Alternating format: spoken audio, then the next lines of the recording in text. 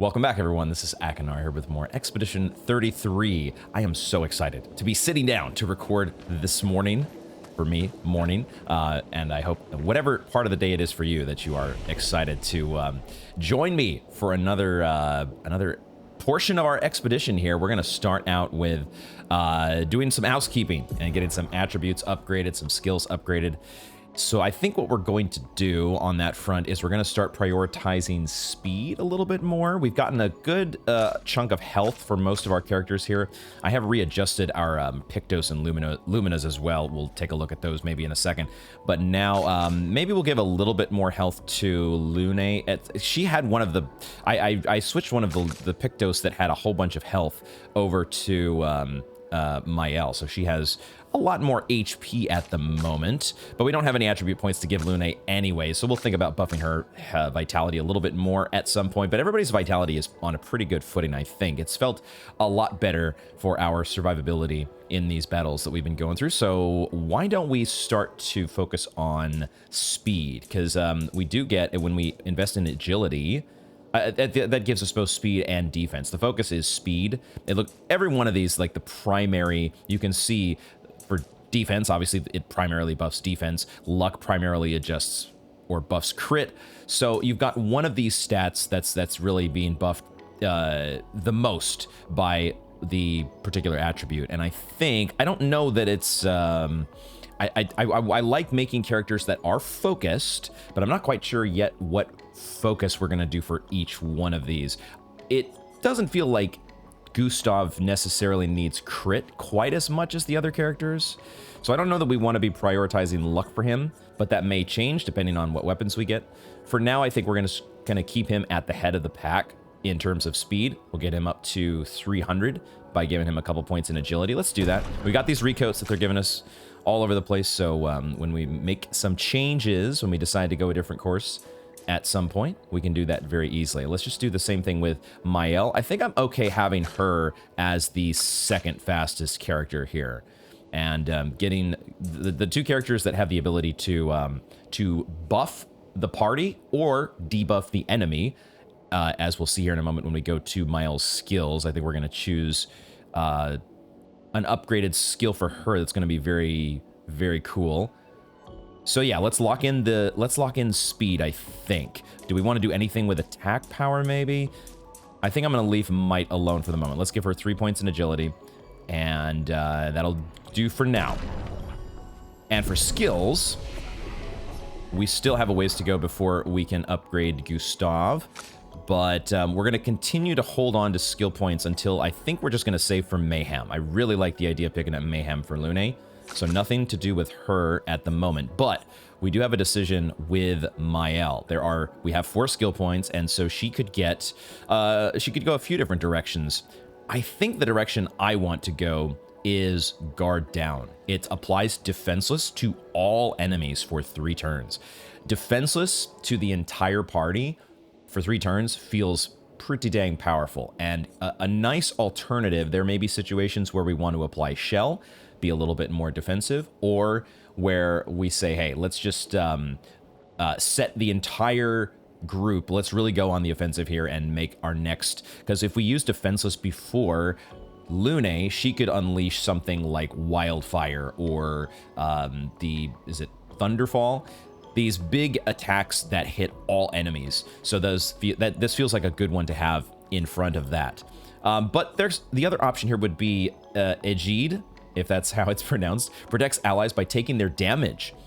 Taking damage in their place for 2 turns. The duration is extended by 1 upon gaining shell. So Mael becomes a lightning rod for everybody else, which is an interesting way to go. We may pick that up eventually. The other one that we could be thinking about here, there's so many, these skill trees are really interesting, and I'm still not even close to digesting fully all the different ways that you could go.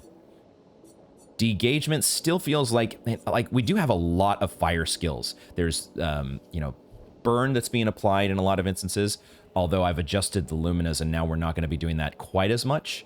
We're going to be doing more mark than burn. So we don't, I think, want degagement as a... What's this one here? Fleuret. We're not going to get degagement just yet. The one over here to the right, though, is Fleuret Fury. Deals high single target physical damage for 3 hits. It can also break. So both... That would be it would be nice to give every character at some point the ability to break. And this would only be for 2 skill points. And if you're in the Virtuose stance, you stay in Virtuose stance. But it does cost 6 AP. So they do account for the fact that they don't want to let you stay in Virtuose stance indefinitely. So it does have that really high AP cost. But I can see that could be very powerful. I'm going to get that. We can pick that up, though, very cheaply. It's only 2 points. It's not going to take us that long to pick it up. So let's get guard up. Sorry, guard down. Let's go ahead and unlock that one. And now she will have, that's 6 skills for Mael. So every one of our characters has at least 6 skills. Let's go ahead and make sure that she has that guard up as well as guard down, both equipped and ready to go. Why does that not automatically equip that? Is it because I did readjust the ordering on some of these skills? So maybe it doesn't, it has a certain slot that it's expecting to be in. Okay. With Lune, I did change things around. I went ahead and put Earth Rising on the bench for her, and I brought back Wildfire. we're gonna try to maybe have 2 different modes here where we have like a single target focus with Ice Lance and Immolation, and then we have more of an AoE group damage focus with Wildfire and Thermal Transfer. I think that is the spell flow for now that we're gonna work with until we get Mayhem, and then Mayhem kind of fixes a lot of the issues that I've had in my mind with, like, what are we going to do with these? You know, how do we get the perfect stain rotation online for Lune? So that's going to be fun. One last little bit of... oh, the Luminas as well. We can look at those and just show you what I've got with Luminas. Here are the changes that I've made. Basically, we are, I think, going to be... Every character now has, I think, marking shots equipped, as well as... I guess not everybody has Dodger. So, but these are, I'm trying, it's fun. It's a really fun game with the Luminas and the Pictos because of, you have this, you know, these big skills like Empowering Attack and Exposing Attack that cost so much Lumina. So it makes a lot of sense to my value brain to equip them as Pictos so that you don't have to pay the Lumina cost. It's like you're getting them for free, essentially. But then on the other hand, you also have to balance the fact that the Pictos each give their own various, stats buffs and how you want to apply those to each character. It's a really interesting balancing act that we're going to have a lot of fun with as things go along. But I think that is the general lineup there. Basically, I think everybody does have dead energy, and everybody has marking shots. Those are the general purpose ones here. We're going to focus less on burning shots. I guess Lune does have it. But in general, I like the idea of giving people mark to give a huge damage boost for these really nice single target abilities that we've got, and just high damage abilities that we want to be able to get that 50% bonus from. Okay, enough housekeeping. Well, there is one last little bit of housekeeping I am going to do here because I am not. I'm a fan of the longer hair. I think the short hair, just there's a few, very few women in my mind that can pull it off, but in general, I love the long hair. Ponytails are no exception to that as well. So I think Mael, for now, we'll see what other looks might. I'm surprised we haven't got anything yet for Lune, but I think that's the wardrobe change that I want to go with, and I think that's all of our housekeeping. I think we are ready to move forward here in the Flying Waters. The Flying Waters and the giant sections of Lumiere that have been deposited here in the middle. So let's start taking a look around and see what we can find. There is a big enemy up on the roof over there. We've got maybe a section to explore to the right. There's actually a sign, a street sign. What does it say? Tour Eiffel? Like the Eiffel Tower, tour of the Eiffel Tower, or a route that takes you to the Eiffel Tower, and then you have Porte de Lumiere. Porte de Lumiere. So do we want to go to the Porte de Lumiere, or do we want to tour the Eiffel Tower? We might take that side path first, which is, I'm kind of a fan of checking out the side paths before the main path. So why don't we do that? Check out our Port de Lumiere. See what might be hiding over here.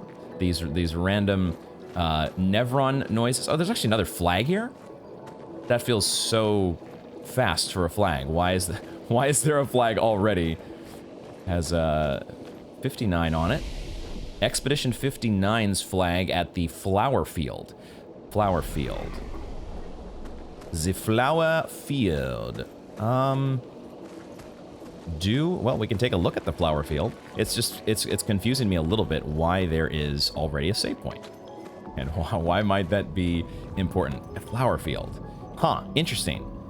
Well, now this might be the main path in that case. If they're giving us a save point here like that, then maybe we want to focus on the tour, the Eiffel Tower tour.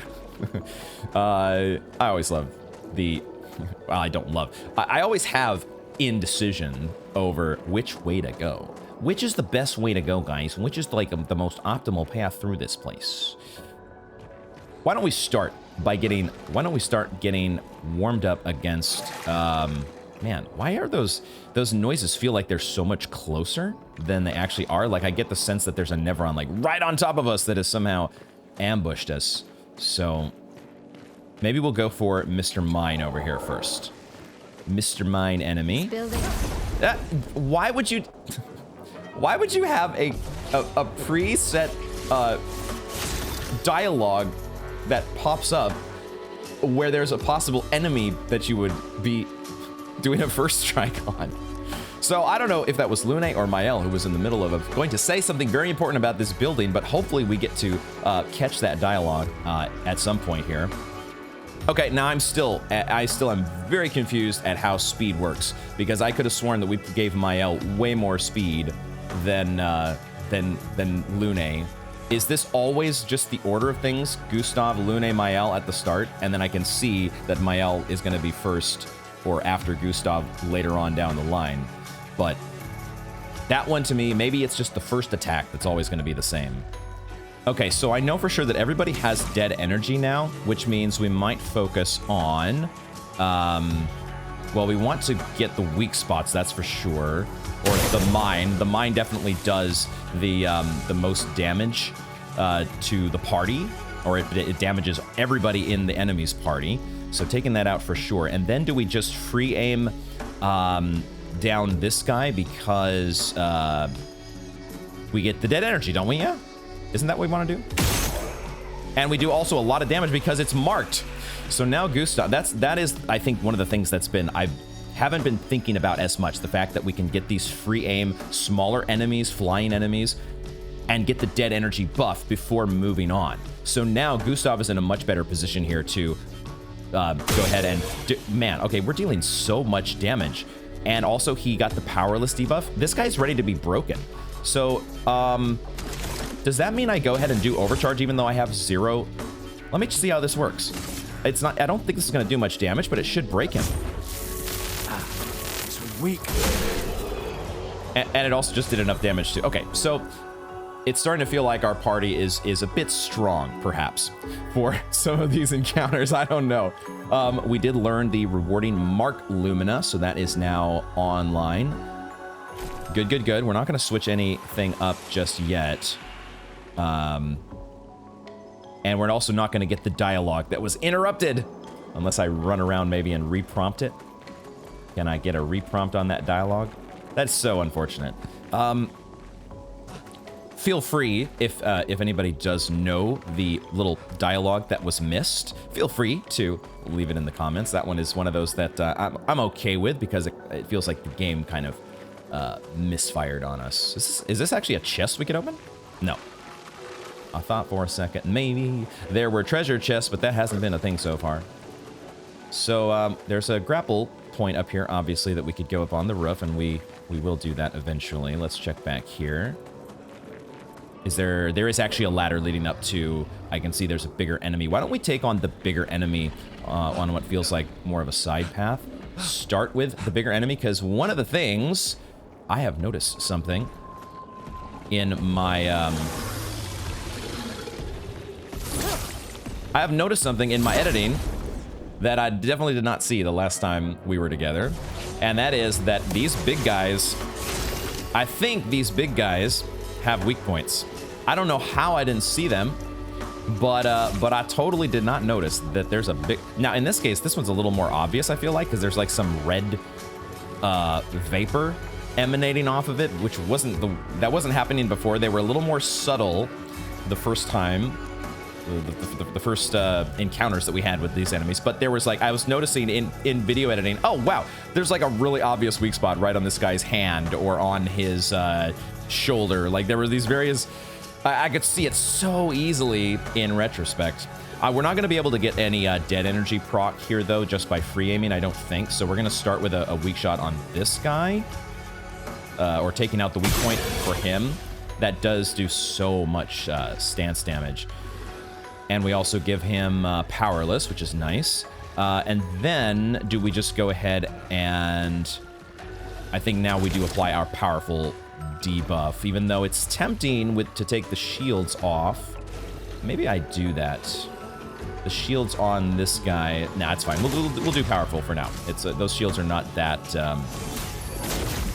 that much of a priority.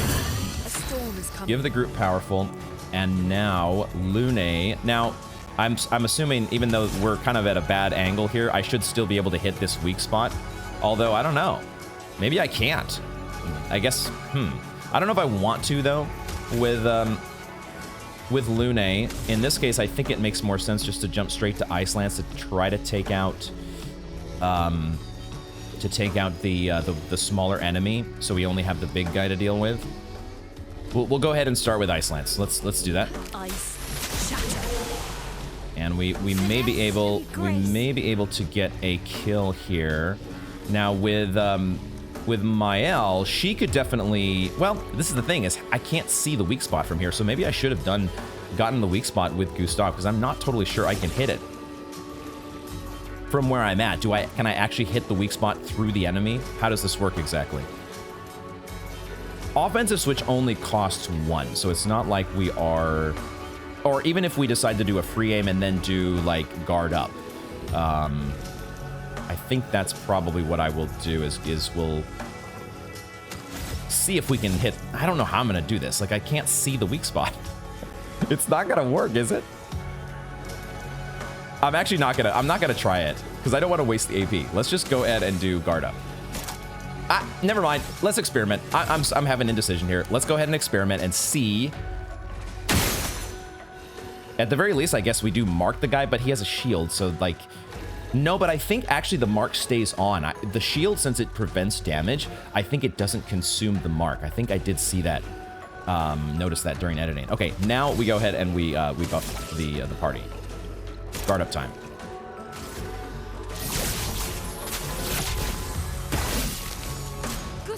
Combo.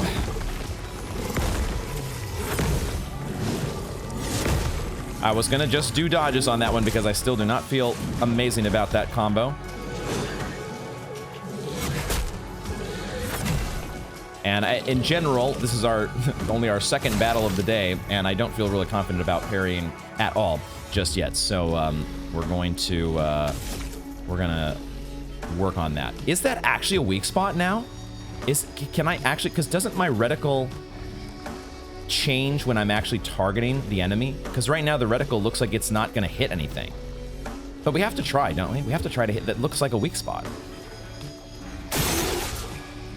There it is. Okay, so I'm not totally sure the reticle and how it interacts with the hitbox. Didn't feel like that was very intuitive, but we were able to do the thing. Let's do an attack on you. Because none of, maybe the better move is to give somebody AP. So we're running out of AP here. I'm just gonna go ahead and attack for now, though. And then we do the same. Well, what do we do with these? The spell flow and the skill combinations, how you sequence everything. How do we do this right? I think the other thing that I learned is if I do an attack, a base attack with Mael, it switches. I think it toggles between offensive and defensive. I had assumed that it was going to keep us in it was going to keep her in whatever one she's in currently. Oh, and she gets the dead energy proc. So now she's in defensive stance. And that guy's taken care of, which is good. So I guess I really want to take advantage of this mark, and because I don't want to do just a base attack, but maybe it still is good because it generates her AP. But I could give AP to Gustav by using a tint. But we still do have the powerful buff as well. Let's go ahead and attack while we have all this, even if it's consuming the mark. It's fine. It is a lightning attack, because the element on Lune's weapon is lightning. And all these water enemies, I hadn't thought of that before last time when we fought the big Virgin. But of course, all the enemies here in Flying Waters pretty much are weak to lightning.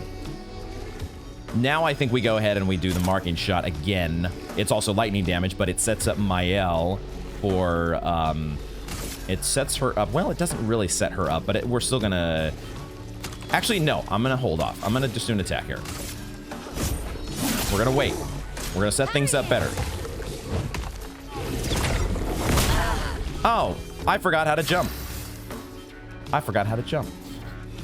I was pressing RT to jump. That's the counter button. It's A to jump. It's been like a week since I played. I completely forgot how to play this freaking video game, guys. So bear with me here. All right, spark time.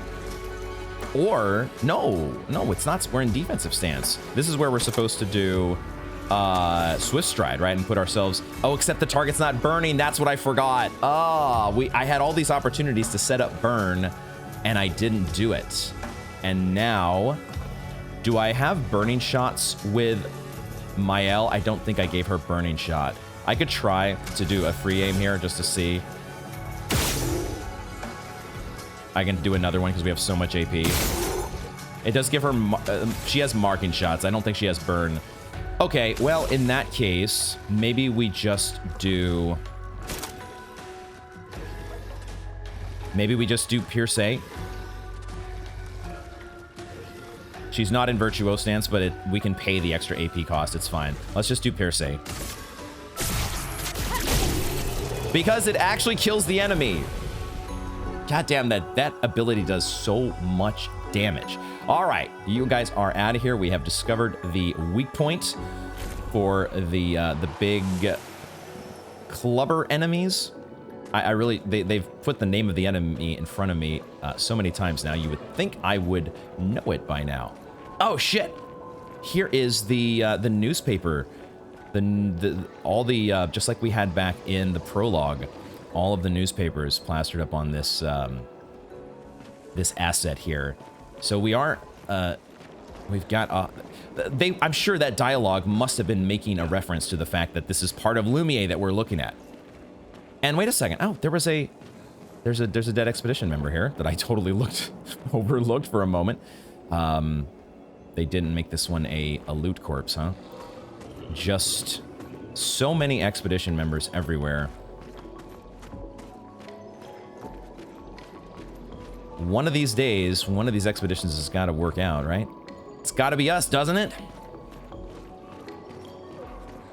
All right, the controller is shaking, but am I supposed to be... There's a grapple point. Okay, there's a grapple point over there.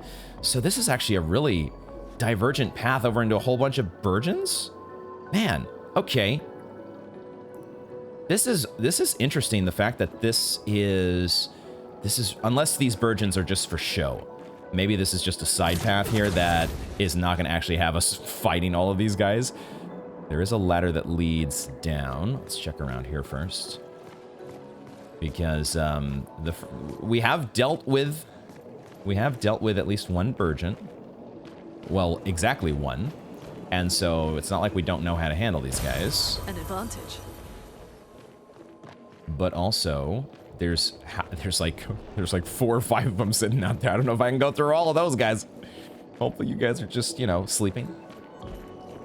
I want to explore over here first before I take that next grappling hook. So many different ways to go. Can I just drop down, or do I have to, I guess I have to climb the ladder down all the way.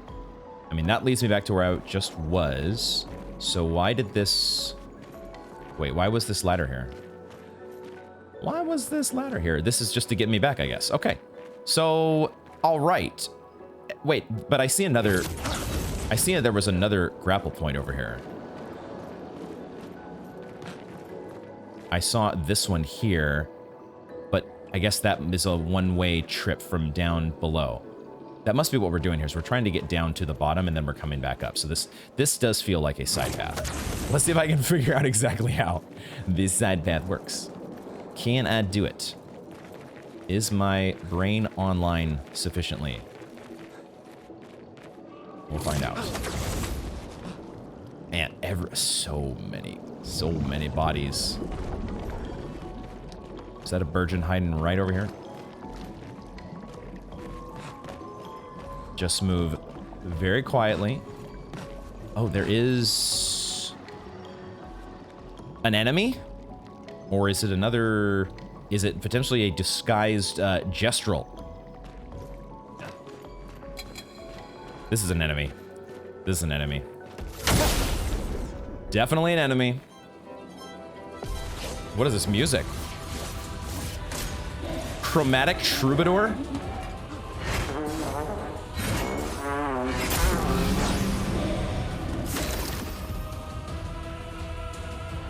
What was that called? It was some sort of a... Okay, a Chromatic Troubadour pulls out a frickin' trumpet. Okay, that is one way. That is one way to attack the party. Gustav is looking a little rough at the moment. So we need to get things rolling in the positive direction here, which means Lune is probably going to have to heal. So, but let's do our normal... Is there a weak spot here that I could potentially... Well, this would be the only place, I think. I don't see... Oh, wait a second. No, I see in the back there is some sort of an orb. You can see the little bit of the particle effect. It feels like behind the enemy here. Can I aim properly to hit this, though, is the question.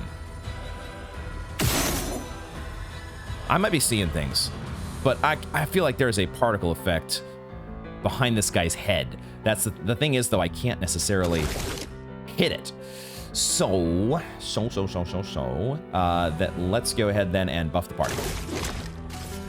Because this is a Chromatic Troubadour. I've had it in mind to go back and face the Chromatic Lance Boy when we get a chance here to head back to Spring Meadows.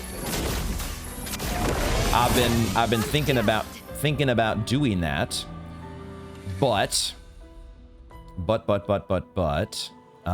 we just haven't had a chance yet. So the Chromatic Troubadour, though, does, and the fact that this guy, this is the first time we've seen this kind of enemy.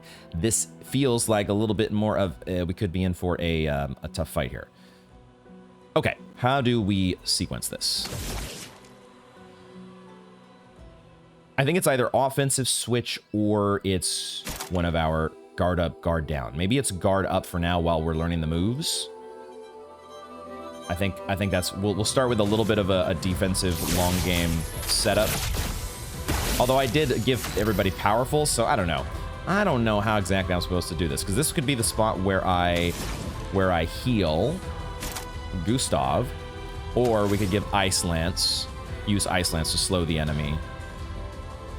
Let's just do Healing Light. Let's top off Gustav. I know we gave everybody powerful, but I might need to change when I am giving my team Get ready. a tricky shot with its trumpet. What in the heck? A tricky shot with its trumpet.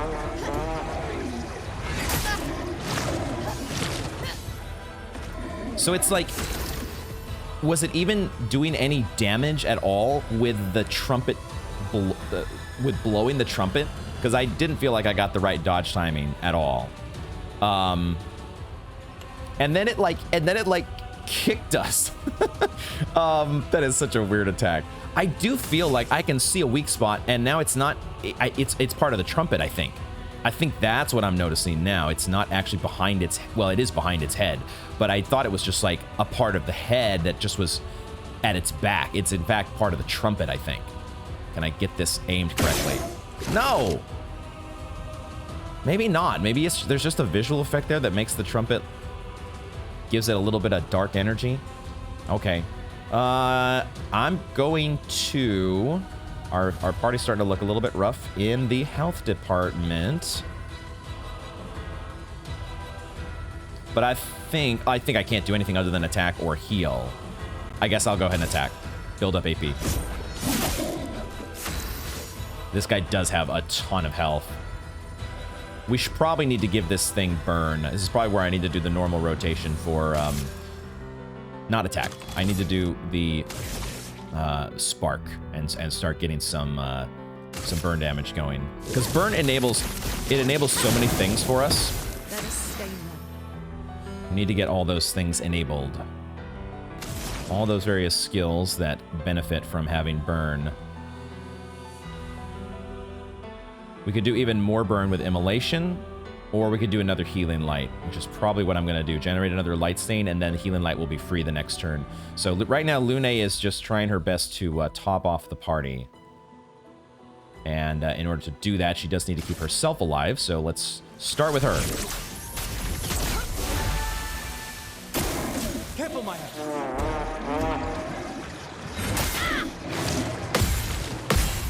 Okay, I did parry the last two. Dodge, Gustav. Concerto? Shit. Gustav is down. Blessing grace. So, okay, so the Concerto, that's what it's called. It has three things that have a lot more of a wind-up to them. But so far, those are the only two moves. But he does get to take 2 shots at us whenever it's his turn. Okay, well, Lune... Do I use see, if I use the problem with, I can't, it's harder to use Mael as a like res somebody with a tint. It's harder to do that because then she loses her stance.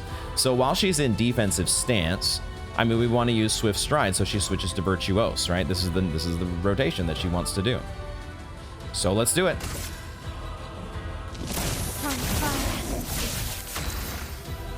And now for Lune, she's probably going to be the one to have to raise Gustav.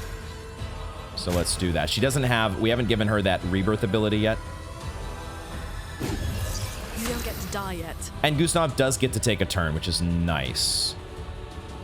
What does he do with that turn? It's going to be Mael up next. So it probably makes sense for him to do a marking shot here. And set up her, because now she's in Virtuose stance, so marking shot to set up, try to set up, hopefully if she's alive, her big Pure Save. Take them down. Brace yourselves.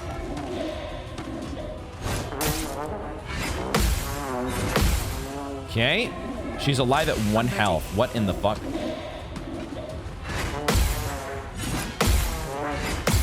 Let's go. The problem is... Not giving up. That's a little unfortunate. Maybe I shouldn't have parried there. Like, it gets Lune a lot of AP, which is good. But it consumes the mark. That's a bit unfortunate, actually. Okay, well, it is what it is. We're not gonna sit on Pierce. We're still gonna go ahead and do it. Get her done. Shit, that would have been done so much damage with a mark as well. Fuck. I didn't think about it until I actually had done the counter. Okay. We're learning. That still didn't do nearly enough damage. Okay, so I think Gustav needs to use one of these healing tents on somebody, and it probably needs to be Mael, because Mael is our big damage dealer. We need Mael to be alive. Even though that doesn't really do that much. It does some. It's 185 health, which is good. And now we go ahead and we do Healing Light for free. Yeah, we do Healing Light here. We want to top off Mael. Get ready.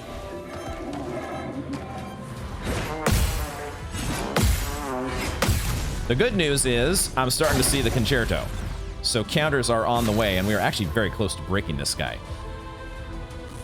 Now, I can only still do that with Gustav, and he does have 7 charges in his overcharge. He just needs AP.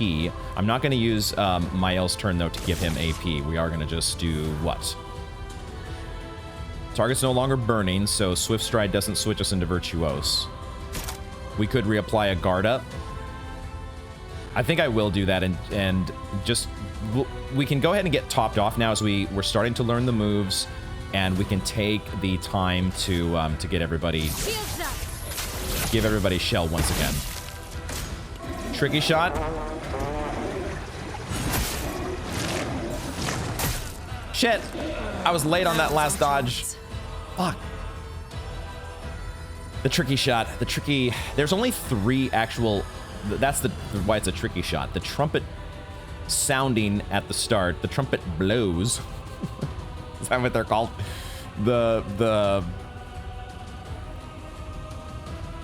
He's not actually hitting us with the trumpet at the first 2 are just decoys. Hence the trickiness. Okay, damn it. I was hoping I could unleash a healing spell here to get Gustav up to snuff. I'm gonna have to settle for a revive tint though. And that's our second revive tint. But he does get jump back into action. He doesn't have enough to do overcharge. So, but he could heal himself. The problem is I need 4 AP to do overcharge, so I kind of need to be generating AP here, which means I need to attack. And hope I survive. Brace yourself.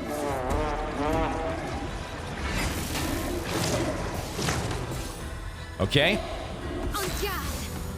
I was like, I need to make sure that I dodge these, or I need to make sure I don't take damage, because we are, if he had gone after the other 2 who are at much higher health, I would have tried to go for parries, but because it was Gustav, I was like, I'm relying on dodges here.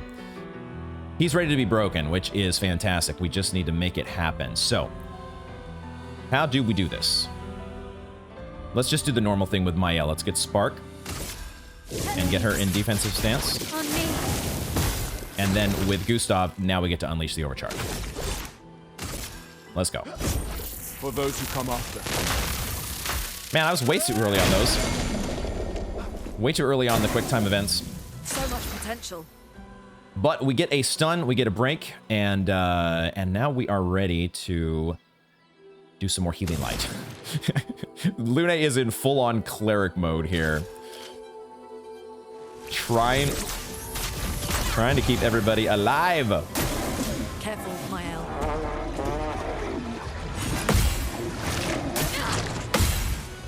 Only got the one of them. But at least I got that first one. The first one is the harder one. The one that's harder to actually parry.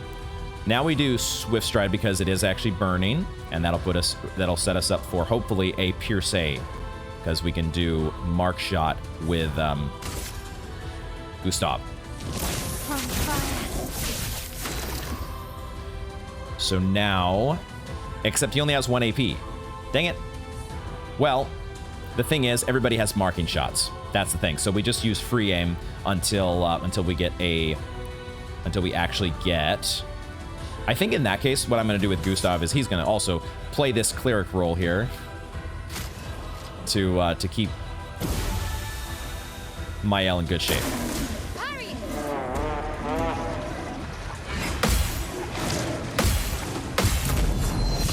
Let's go. We're seeing that one. Let's.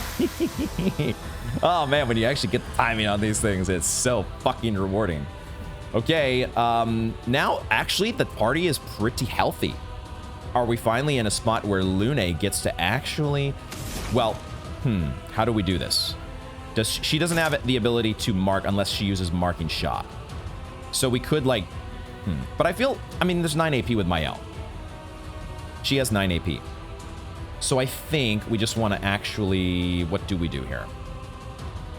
Oh, we could play a second turn with... we could use Thermal Transfer to play a second turn. It would consume both of our light stains, though. Maybe I just do Thunderfall. Just do Thunderfall because it is a lightning spell, and we actually... I think it sets us up a little bit better for future turns. And it's also just the most damage probably that Lune can do. Let's do Thunderfall.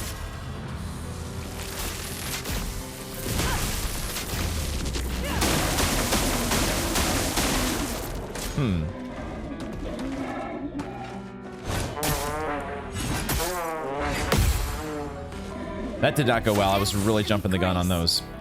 Somehow, Lune is alive on 1 health. Okay, how do we keep surviving at 1 HP? What's going on here, guys? Is there some special built-in game mechanic where if you like partially execute a parry, sort of in the neighborhood, they'll spare you at 1 HP? Don't tell me. Okay, it's that time. Pure save, right? Ah, but what we were gonna do first is to aim to get this thing, hopefully,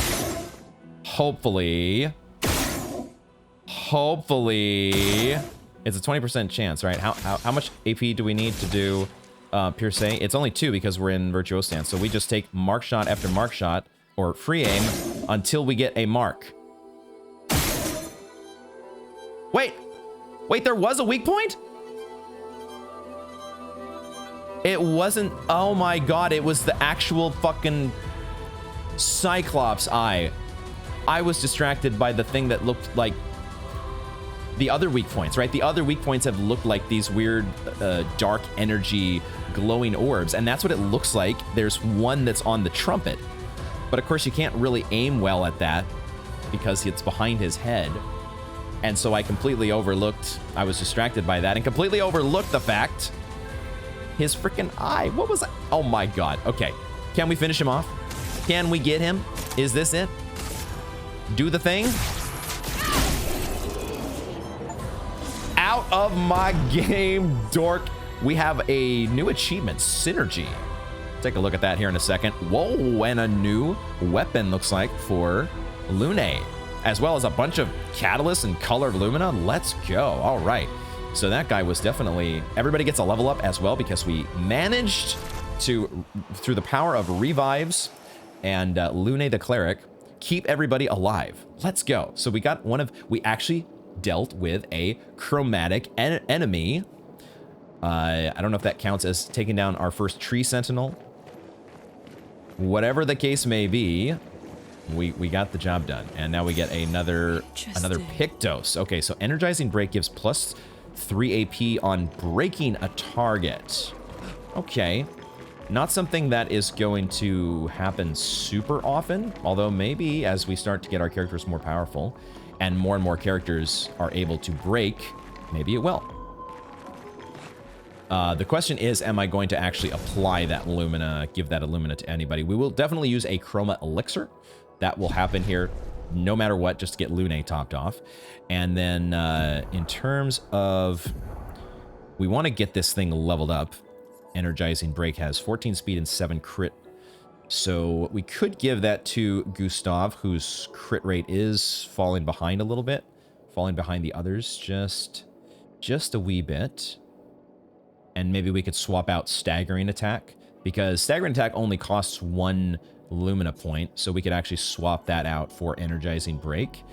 Although that would actually, but that's fine. It gives a little less speed to Gustav. It does buff his crit a little bit.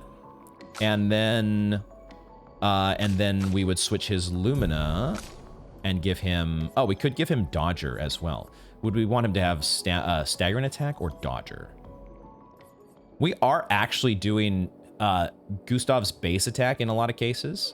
And he's still the only one that has a break ability, so Staggering Attack seems good. And then do we have an extra Lumina point for Mael, but I don't think we can really take advantage of it unless we get rid of Dodger and Staggering Attack. Maybe we do that actually to give her Burning Shot. It would be kind of nice to give her Burning Shot as well, because she does have stuff that benefits from the target being burning, right? So we take these two off and we give her Burning Shot. That feels good. And then one available for Lune. We could do, actually not very much.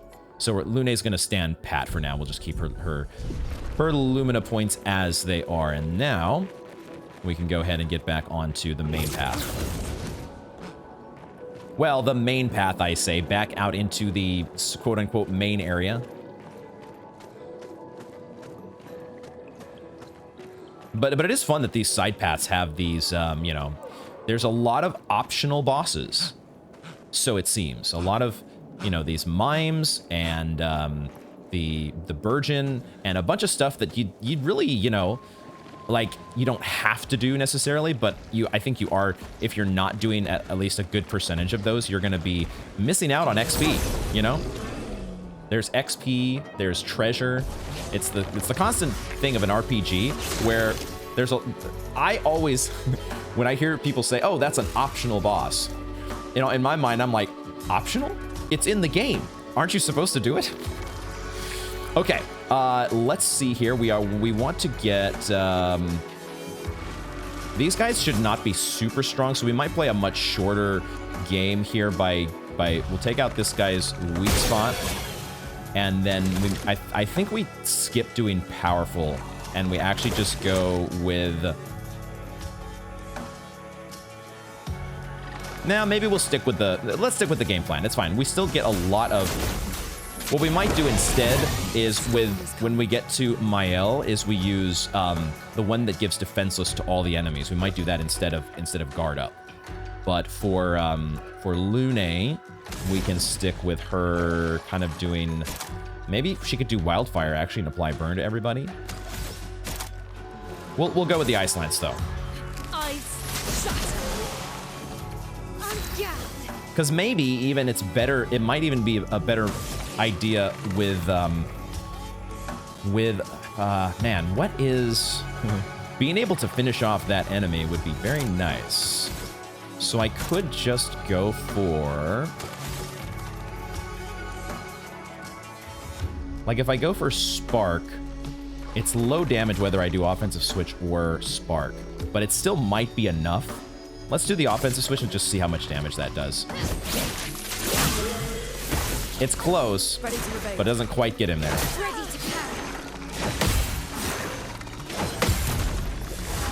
Oh! Wait, that counted as a counter?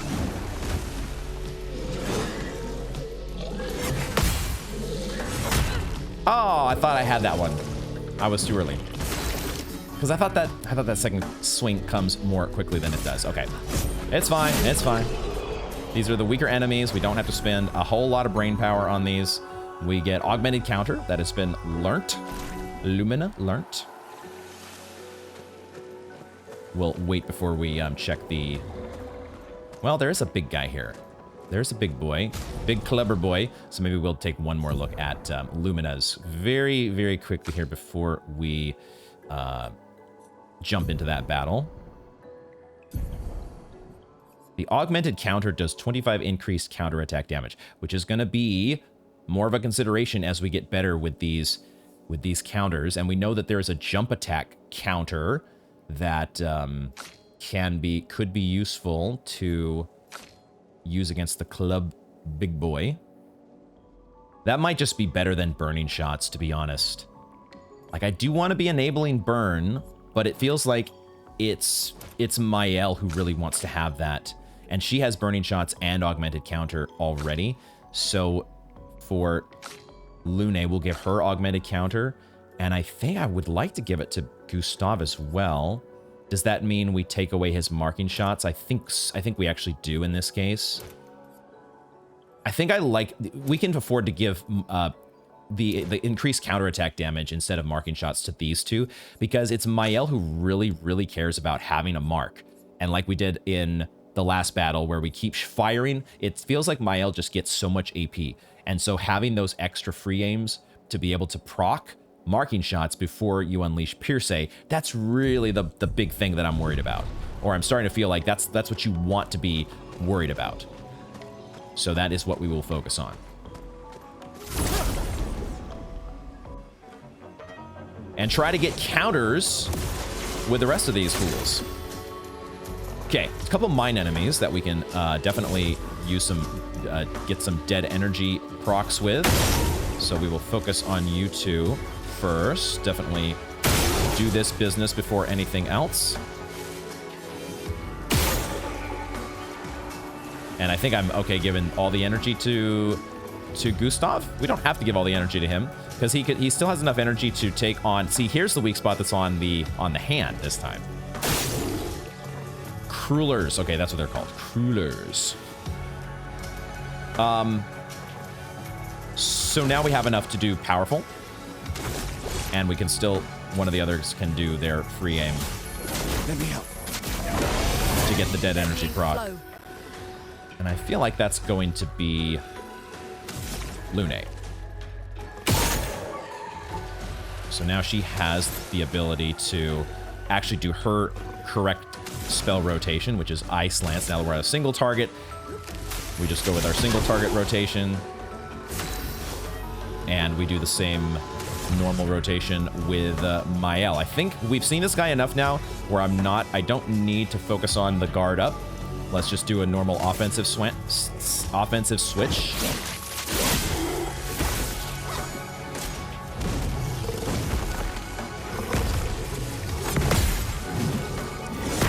Damn it, I was still late on that. Shit. I was like, we're gonna get it this time. We're gonna get it. Nope. And Lune paid the price. Sag. Okay, we do regular attack here, I guess, and build up Gustav's AP. And now we do Spark. On me. And our team gets a whole nother turn. That's how slow this guy is. So this guy might just be done. Might just be done. We do a marking shot. I think we do a marking shot to set up. Take him down. Or a marking shot just to kill the enemy.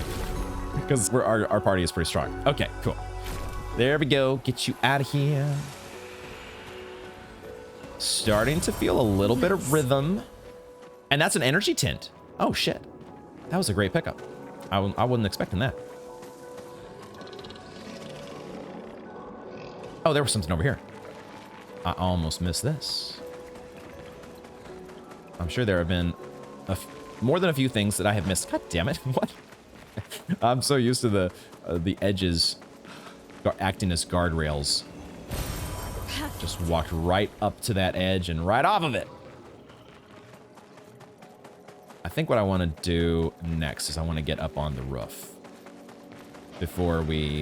while we're still at our strongest. We'll deal with the guys on the ground after we deal with this guy.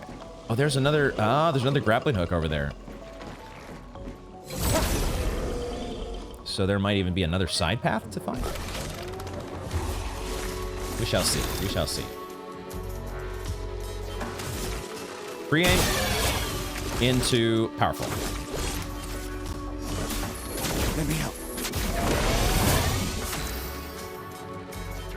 Now I think I do Wildfire. We have 3 enemies.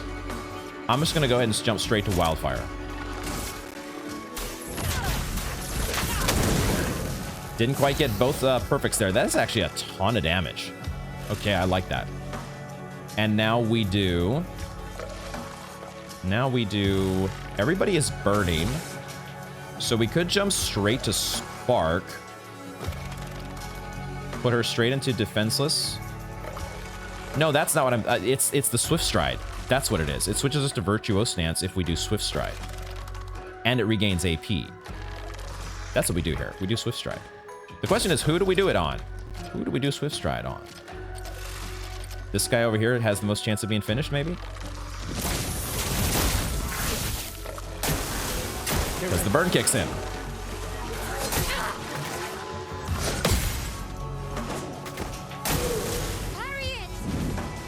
Parry it! I'm gonna try. I'm too early. Got the second one, but first one too early. Okay, can our party get... We can't top off our party unless we're gonna use healing tints. And I don't think we have any healing tints left. So the only person that can heal our party is Lune, and she's gonna go last. So we're not gonna get to heal the party here. I don't think. Because basically whatever we do here is gonna deal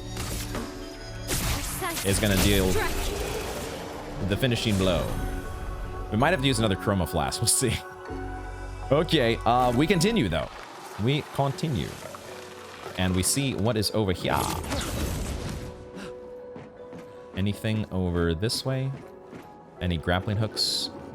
When the controller is not like shaking out of your hand, there's no grappling point to be found. Just the item over here. Good. Okay.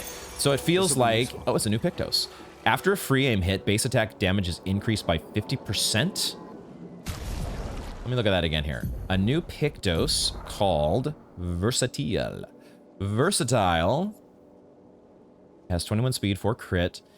After a free aim hit, I see. Base attack damage is increased by 50% for 1 turn. Okay. I mean,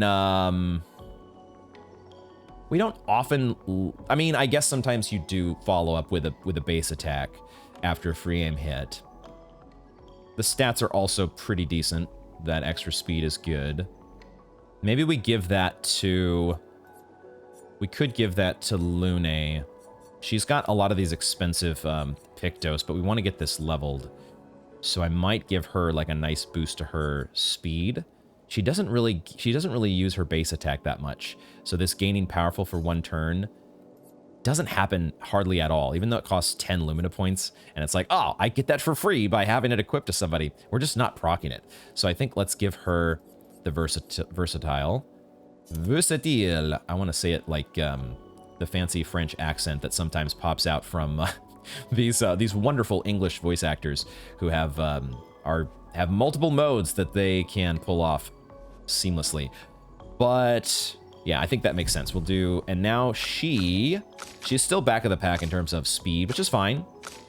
It's fine-ish, but also having her, I don't know. I'm gonna keep thinking about who has the most speed. I totally forgot about the weapon that we picked up.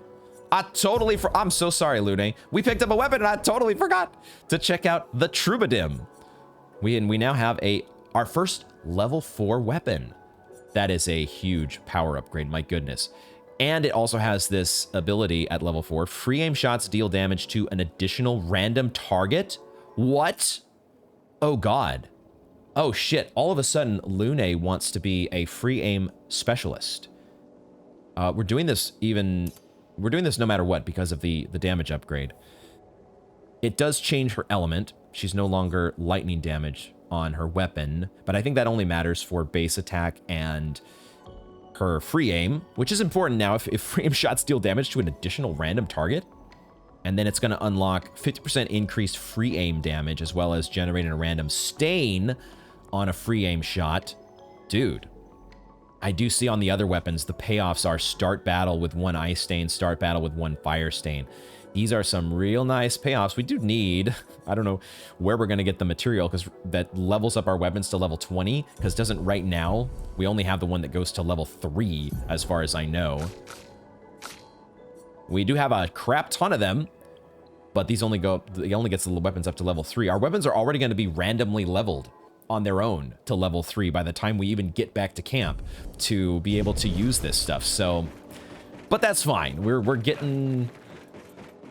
It's the nature of an RPG. You just, you're going to get all the things when you get them. Right, and the achievement, which I almost also forgot about, was Synergy with Mael use per se on a marked enemy while in Virtuose stance. I guess we hadn't done that yet. We had definitely been in Virtuose stance, but I guess we just hadn't had marked to go along with things. So, mission accomplished. Synergy achieved. Are we just jumping down here? We are. Okay, that would have been a broken leg in reality or far worse, but thankfully we are playing with Luminatech and Chroma and everything is... Oh, and of course, how could I forget? The power of the baguette. Above all else, the baguette keeps us safe. All right, let's clean up the rest of these little dorks down here, and then we can get on with our day.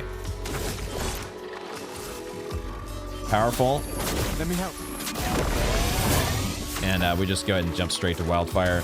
Let's not screw around here. Like, we could heal up, I guess, but I think we should be able to deal with these guys without too much trouble. Y is what I meant to do. There's the right timing. Oh, man, that does a lot of damage. That does a ton of damage. I guess I'm just doing... I kind of want to just jump straight to Swift Stride, though, because that's the thing here. The reason I brought Wildfire back was so we could kind of give a more...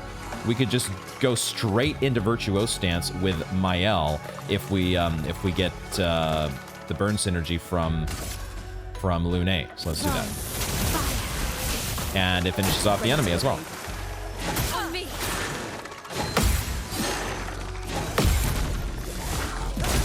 And we get a counter to finish things off. Let's go. Was that his head flying off? Oh my god. The animations, the polish around everything battle-oriented is just so dang cool in this game. Were those? Oh, those guys were both part of the same mob. Okay, cool.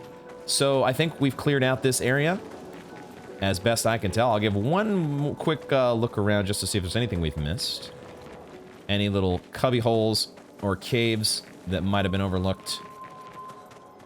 Any trash cans that might not have been fully examined.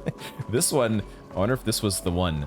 Was this the one where Oscar was hiding? No, the stuff that's out here in that was previously a part of Lumiere. How long has this been here? Presumably since the fracture, right? This would have been part of the original cataclysm that split everything into Kingdom Come. That would be my guess. Okay, I think we're ready though. This is where we now take a rest at the new checkpoint, which is already a checkpoint that we have banked, but we now get to actually safely rest and think about leveling up our characters. Wow, this actually has this new weapon that Lune picked up has B scaling with defense. So, man, do they really want us to be... Because theoretically, we could be switching between these weapons depending on what enemies we're facing. So, if all of these weapons have such different scaling for the same character, does that mean they really want us to be leveling each of these stats kind of across the board uniformly? I think for Lune, we'll go ahead and we'll give her one more point in Vitality. It gets her back to 500 officially, and it also gets her a point in attack power. And then if we put 2 points into defense, we also get another point into attack power. So let's do that for Lune. And I guess we will, I don't know, I'm not going to necessarily level all these uniformly, but we are going to have to pay attention to what we're getting from these weapons, right? And eventually maybe if we do prioritize one weapon over the other, we can think about recoding.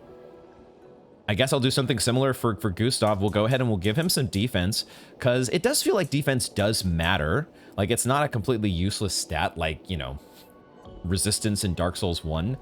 It does feel like, yeah, you're getting, not only are you getting these auxiliary effects like increased attack power and crit rate, but it's actually just reducing the incoming damage by some noticeable amount. So let's give him 3 points in defense, especially with this weapon that he's got and the scaling. The fact that it scales with defense, and maybe do the same thing, a similar thing with Mael and luck, except she does not get a boost to her attack power from doing that. We could just give her 3 points in might, but she does want to have some crit, right? We do, her having crit, especially with these high damage abilities like per se, some amount of luck seems correct. And this gives her a boost to her speed as well. Let's do that. Let's do that. I'm not gonna overthink this stuff, especially when I'm still learning. There's gonna be once I have a much better feel on the game in general, I can start to really fine tune how I want those abilities to look, especially if we have so many recodes. We're still not at 4 points for Lune, so no mayhem yet. And we can't buy anything with Mael, so no skills to be got. So let's keep it moving and see what is in the flower field. I think technically our big mission is we're looking for, if I look at my notes again here, the thing that we were told last time by Noko is we're looking for an ancient sanctuary with red trees everywhere. You can't miss it. I don't know if don't think that's here. Don't know if it's in Flying Waters even. It might be a completely different zone. But there is something going to happen here.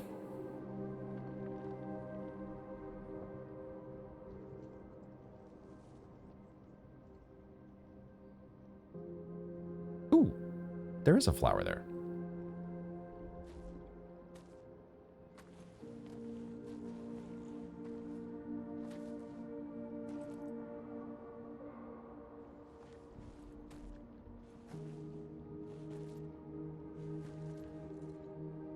Just like the flower for Sophie. Aha!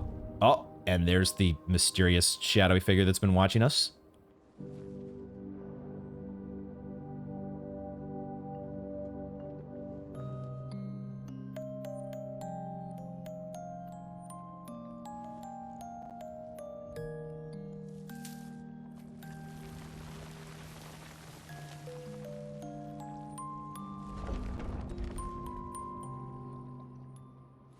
We can see you, dude.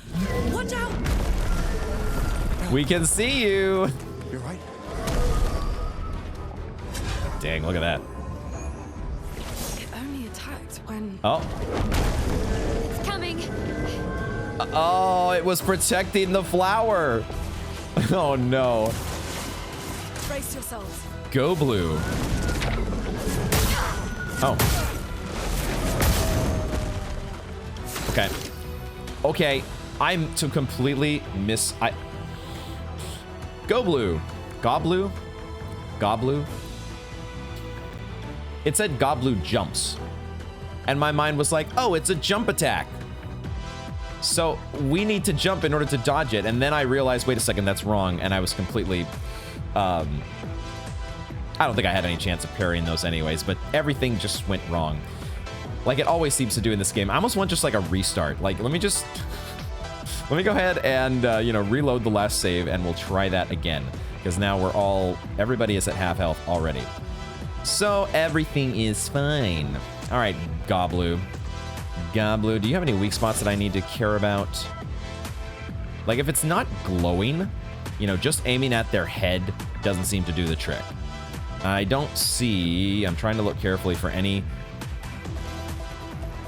partially noticeable weak spots. I don't see anything. This track though, my goodness, the music in this game is it's very good. And I like that each kind of the bosses have their own unique themes. Very well done. Okay. Battle mode. What do we do? Powerful? We do the stuff. We do the things. Get everybody up and going. We're going to need defense. We're going to need power. Do it all. Guard up, baby.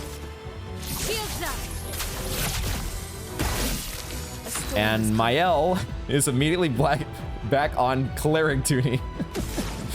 Back into heal everybody mode. Let's start with Mael. I guess we'll start with Mael, yes. Cool. Melee combo. That's a 2-hit combo. Okay. And I dodged none of them. But we at least see the attack. You gotta learn. 2 AP for Gustav. He might be on healing duty as well. I think he is going to be. Let's use our healing 10, so we have 2 of them. Or he gives AP. That's actually what he does. He gives AP to Lune because she needs the AP so she can actually heal. All right, jump attack. Shit, I almost got the counter. Almost got the fucking party counter. Those are, now that I knew what was coming, obviously once you know what's coming, it's a lot easier to figure out how you're gonna time things. And that was so close to getting the counter. Dang it. All right, now we have 2 shields still to take care of for this guy. So Mael can just do Spark, which is low damage. It's gonna, the burn is also gonna, that's fine. Spark sets things up the way we want with Mael. Okay, and then healing duty for Lune. What else would she be doing? But of course, trying to keep the party, desperately keep the party alive. Okay, melee combo. Let's go. Now that we've seen both of your moves, hopefully there's no other surprises. Now we know what's coming, and we can prepare accordingly. 5 AP for Gustav. We're still not in Virtuose. We're going to be setting up Virtuose stance for Mael. So Gustav here can afford to do a Lumiere assault and then still be able to do marking shot. But he could also do from fire, which would heal him because the target is burning. And that's probably correct. I do forget about the fact that Gustav has recovery. I completely forgot about that as an ability. So he doesn't necessarily need the healing attention from Lune quite as much as I might have thought. Let's do From Fire, though. Because he can also heal himself with that ability. Even though I didn't get the quick time event. Okay. Swift Stride, I think. Target still burning. Let's do it. And one more heal for Lune to get her topped off.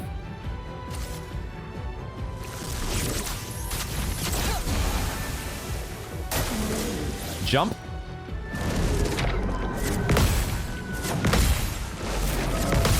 Let's go. I thought I was a little worried because I hit that third. I got the first two just how I wanted them. And then the third, I felt like I might have hit it just like a little bit early, but we got there. Okay. So I forget now whether I've given Gustav, I think he has marking shot, doesn't he? Or did we take that away from him? In order to, I think we might have taken it away from him. So now I'm not sure what he has. I want to be able, it would be nice to be able to give marking shot to, sorry, a free aim mark and then do overcharge. Because now we are full on overcharge. I'm not going to worry about that though. Let's just go ahead and use overcharge. For those who come after. Nice. Did that actually break him? Wow, that actually broke him. Dude, I was like, okay, we're using overcharge now. It's probably not gonna break him because the break bar is only like a third full, but that's fine. We gotta use it. Went better than I thought. Okay, free aim to set up a mark. Let's get that mark procced. I thought for a second that animation gave a little marked X, but I guess not. We might have to go more shots than I want to here, but we only need how many for Parasite? Because we're in Virtuose stance. It only needs 2. And we really want to get marked online. Except it's, oh my god, my luck right now is so bad. Dude, seriously, where are my, is this really not going to give me a mark?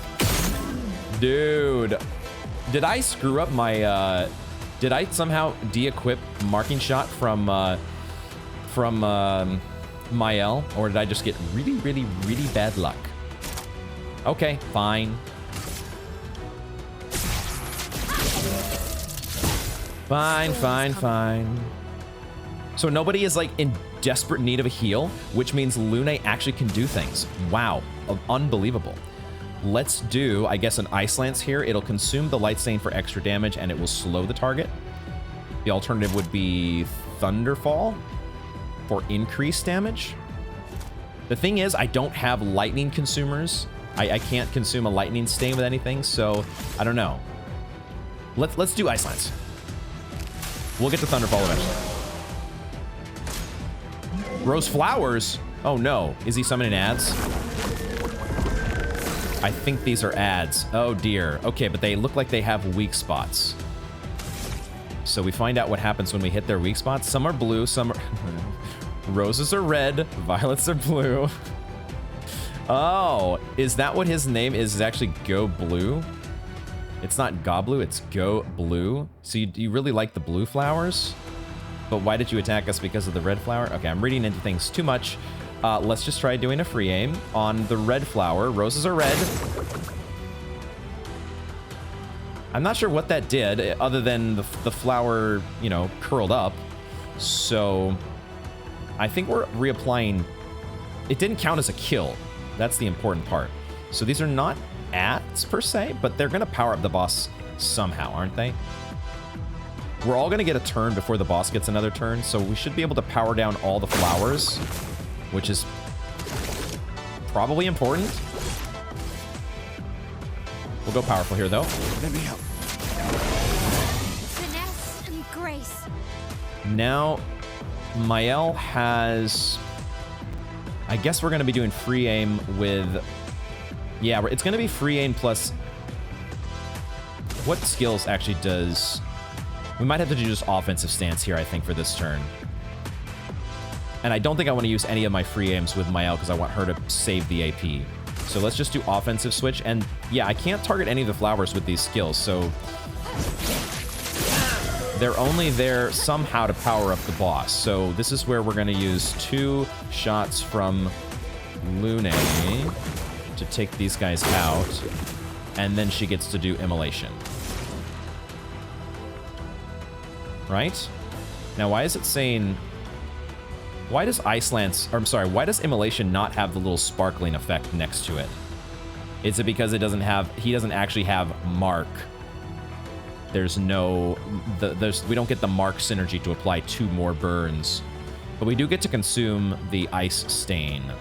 So I think I'm okay with that. Let's do immolation to activate burn. Feel the burn. Okay. Jump. Too early on those. Shit. Okay. Luna's going back on cleric duty. Now what for Gustav? He has sustain, right? He has the ability to heal himself, but he does need some more AP. Mael is up next. She's in an offensive stance, so she doesn't need Mark right away. It's only when we would be setting up her Virtuose move that we want to apply marking shot maybe ahead of time, because apparently she can have very bad luck with free aims. So for now, we might just attack with Gustav and try to get him some more AP. Now we can apply more burn with Spark. Or we can just switch into Virtuose now. If we do that, we do gain some AP back because Swift Stride, right? So I think that actually makes sense. Let's set that up because burn is already going on the enemy. The other option would be... We are in offensive stance now, so maybe it still makes sense to do Spark and just apply that much more burn because the boss is still not even at half health. Maybe we'll still play the longer game here. It's just not guaranteed that she would have enough to do Swift Stride the next time around. I'm gonna go ahead and do Swift Stride now. Now Lune gets to heal again, and it's gonna be... I think it's gonna be Mael. The other option would be Thermal Transfer, which would get us a lot of AP back because the target is burning. But I'm okay doing Healing Light because that's going to give us a free heal next turn as well because of the 2 light stains. Heal. Okay. Regenerates its flowers. Okay. I'll do it. And a melee combo. Shit. Tried to do parries. Maybe I should have gone for dodges. I didn't realize he was going to get a second attack in there. I thought he was... Oh, I let down my guard mentally because I thought, oh, he's just going to be recharging the flowers. So we're kind of safe this turn. Not so much. She's in Virtuose stance. We want to be able to... We want to have enough to do marking shot here. I think I can do all the things and make sure... Yeah, I can do 2 shots with Gustav. We don't want these flowers to be online when it gets around to the boss. I don't want to see what that can happen. I don't see... Words difficult. I don't want to see what will happen if we let the boss do something with any of these flowers active. So let's do marking shot. Take them down. Let's spill some ink. Yep, and now we do a similar thing here with Mael because she should have enough to do those and a Perse. Because she's in Virtuose. Oh, look at that damage. Yes. Okay, Goblu grows many flowers. Oh, dear God. Forward. And he's going to have... Oh, shit. Well, I guess we're going to see what happens when the flowers are online. Because I can't break him. He's going to get a turn right after Lune here. So Luna's going to have to settle for healing herself. She could take out 2 of the flowers if we want to spend all of her AP. I guess we're doing that. Gustav has 5 of 10 overcharge. I can't take out all of these, so I guess... I don't know how much the colors matter. Dude, there's so many flowers. Like, each one of them is going to attack us, maybe? I guess we'll take out 1 red and 1 blue. Shit. Okay. Brace ourselves here. Healing Light on Lune. Absorbs the flower's power. Is he going to heal? Oh, he gives himself shields. There we go. No! What? Also, apparently, that turns into a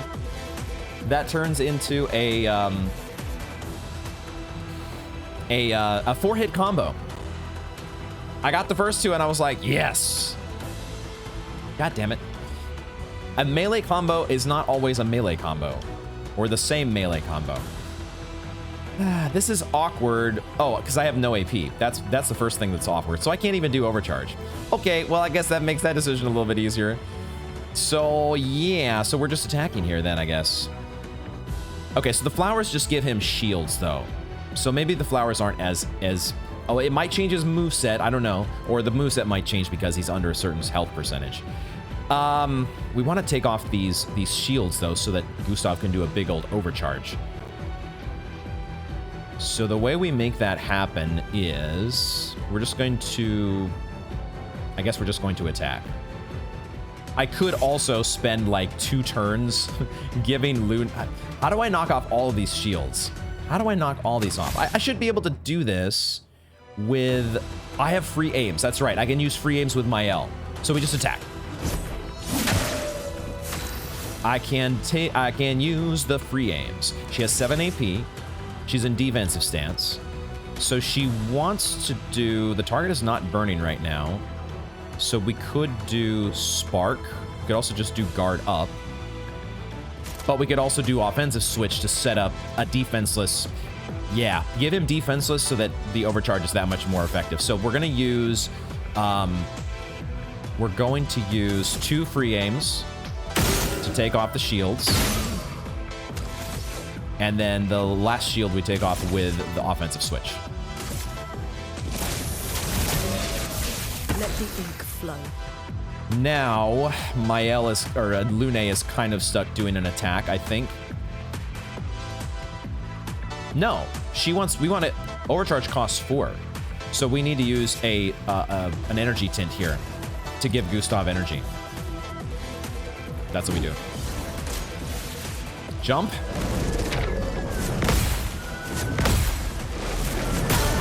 God damn it.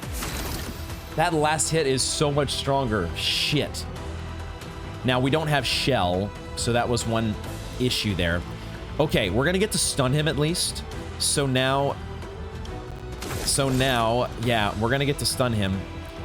But it's not good. Let me take that! That didn't do nearly as much damage as I would like it to because we didn't have any synergies going there. But we do at least skip his turn. I'm going to have to revive my L. Yep. Oh, I'm better. Regenerates his flowers. And a melee combo.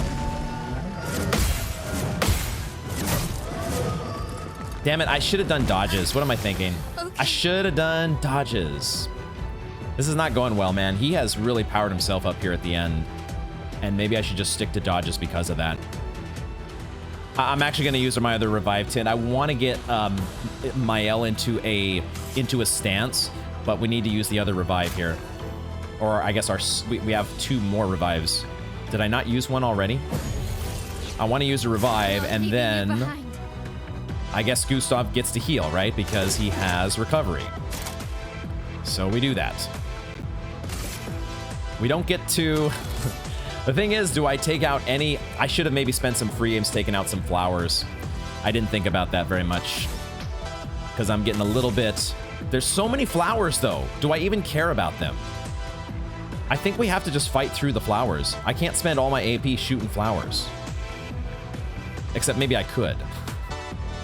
If I'd have spent all of my L's AP. But that feels like a losing battle. I'm gonna ignore the flowers to even, it might be to my detriment, but I think we focus on just doing good dodges.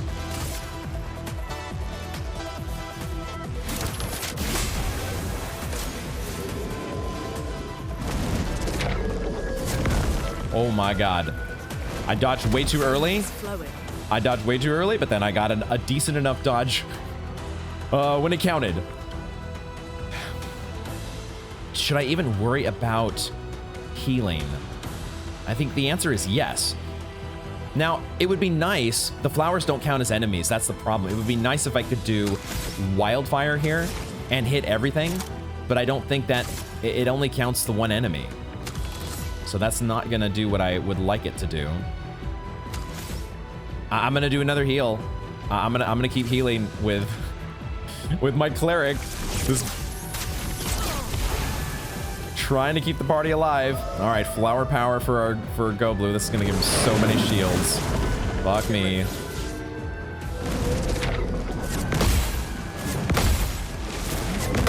Let's go. Okay, we get a counter at least, and we take off 3 of those shields.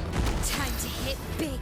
All right, so we use some free aims here to take off the shields, and we finally get Mael into some sort of a rhythm stance-wise. Although we might actually take the turn to give everybody shell. There's Mark. So an instance of damage here. That is going to... who is going to get the benefit of this? Gustav getting overcharge is probably the way for us to do this. So, okay. So we use... what we're going to do is... the rest of her turn, we're not going to use any more free aims, but we are going to use a guard up. Or we could do a guard down. To really, maybe guard down is the better way to go here. If we're gonna do that, maybe it's better just to do offensive switch. Let's actually do that, offensive switch.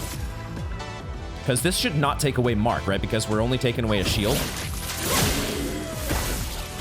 So Mark stays, and that gives Gustav the ability to do 1 hit to take off, 1 free aim to take off the last shield. And now he gets to unleash overcharge.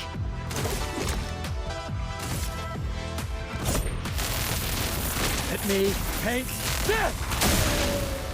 Ooh, almost broke him. Almost broke him and almost killed him. What am I saying? He's almost dead. This is where we just do the biggest, we do Thunderfall here, right? It's Thunderfall time. We can consume a Fire Stain for increased damage. Thunderfall to finish the job.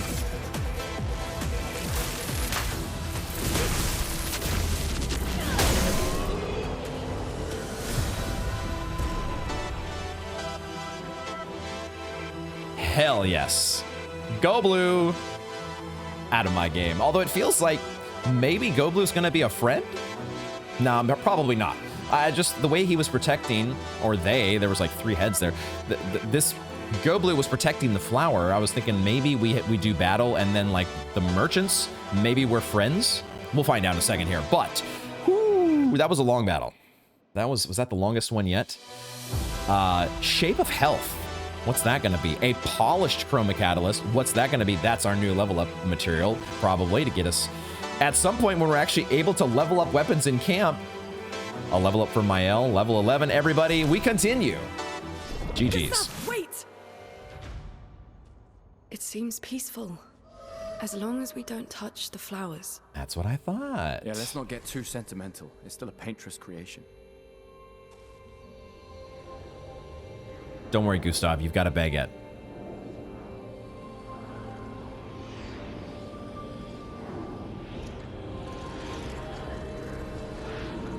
Careful, Mael. Careful. Putain!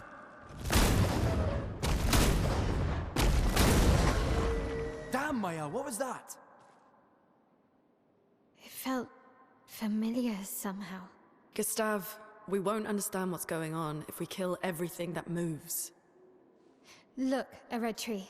Aha! The Gestural village must be ahead. There were red trees across. You know what Nevrons are capable of. She'll be fine. Mm-hmm. Just like everybody else in our party.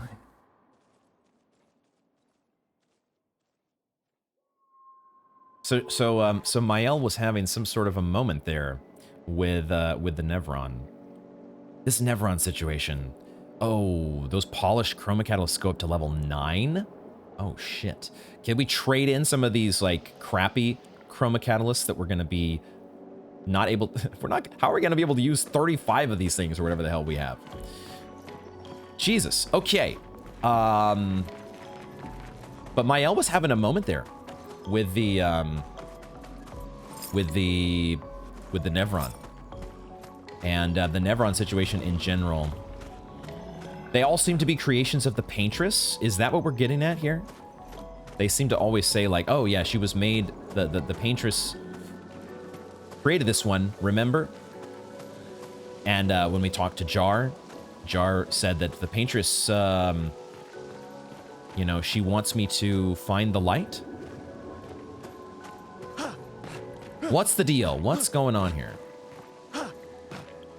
We can kind of get up on this ledge, but I don't think it really wants us to navigate here. Aha! We're leaving Flying Waters. That was the final boss. Of course, because of course it was. That was the final boss here in Flying Waters. Goblu dealt with. Anything, this tree feels like it's supposed to be a little bit extra special, but there's nobody to interact with here and no items, so I guess we move on. And we are out back into the continent? There it is, Flying Waters, achievement unlocked. So, there we go. Mael's Nightmare. I was waiting for Act 2, but I guess this is not... Okay. Is this the beach? Who the heck is that? Wait a second, who the... Okay, that's Mael.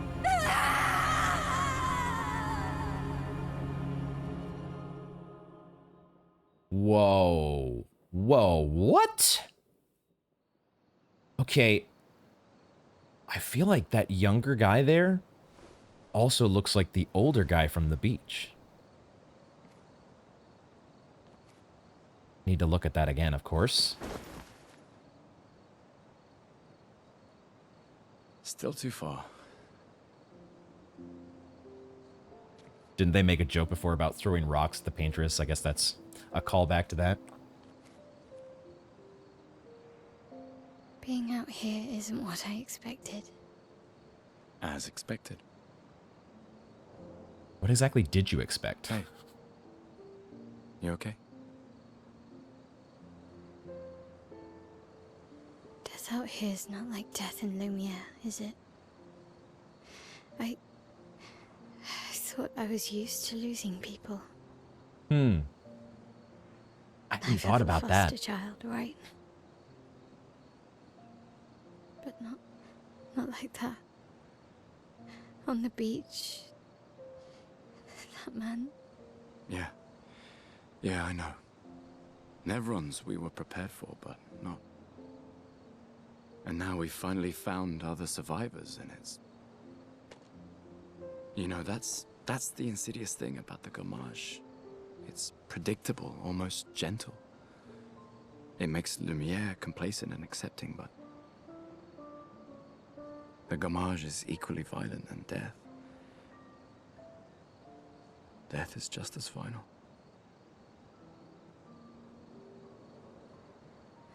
I've been having nightmares. Yeah, me too. Look, if death approaches, I want you to run. No, promise me. Run. Especially if we meet the man from the beach. We can't face him. You see him, you run. Only if you do the same. Oh, I'm running as soon as I see a strand of white hair, trust me. You won't even see me, I'm running so fast. Oh, please, you're an old man. I can outrun you any day. Yeah, right. But you have a baguette. Why would you run? There was a time when 30 was young, you know. Sure. Oh, these goddamn youngsters. Aha, there's the curator. He's been waiting for us. It's like, what took you guys so long? I'm the one playing. That's what took us so long.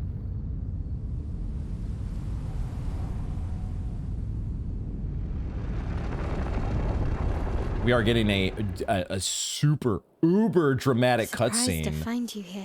to introduce our new I hope vendor. we can trust him. Well, at least we can upgrade our Pictos. I was gonna say, we have to trust him. He's a vendor. He's the only vendor we've got. We have to trust him. Although, you know, with a face like that, well, why wouldn't you? The curator offers you his services. Okay, and he can do both upgrades to weapons and expedition resources, as in our Pictos. Okay, expedition resources, the curator can increase Lumina points. Oh, of course. For each character. Oh, and improve tints by increasing their potency. Oh, that's what the shape of health does. Oh, we're getting what was the corresponding we're powering up our Estus flasks. Our drinks are getting stronger. Good. Okay, awesome. I wasn't even thinking about that. That makes total sense though. And then we have, yeah, we can add a Lumina point to a character which costs 1 color of Lumina, and there's no limit to the amount of Lumina points that a character can have. We have 19 colors of Lumina. Oh shit. Time to start overthinking who gets all the Lumina points. Improving tints requires special items. Each tint requires a different item. Improving tints increases their effectiveness. Each tint can only be improved twice. Wait, why do they have a limit? Why must they have? Why can't I upgrade these to infinite health regeneration? Okay. Shape of health. There's no world where we're ever not doing this, right? We're not doing a challenge run here. So upgrade tint. And now we have a regular sized healing tint. No longer small. Haha. Nah, nah, nah, nah, nah. I'm not small. Okay. And then, yeah, add Lumina points to our characters that we're going to have to put some, I am going to have to put some thought into how those, Lumina points are going to be distributed here, but let's look at upgrading weapons. The curator can upgrade weapons. List of available weapons for the current character on the left of the screen can be sorted by power, by level, or alphabetically. Yeah. So weapons are the main source of attack power. Passive effects from weapons cannot be learnt as Lumina and are only active if the weapon is equipped. Weapons also scale their damage from some of your attributes. For example, a weapon that scales with agility means that the more agility a character has, the more damage the weapon will deal. Its scaling power is defined by the associated letter ranking from D all the way up to S.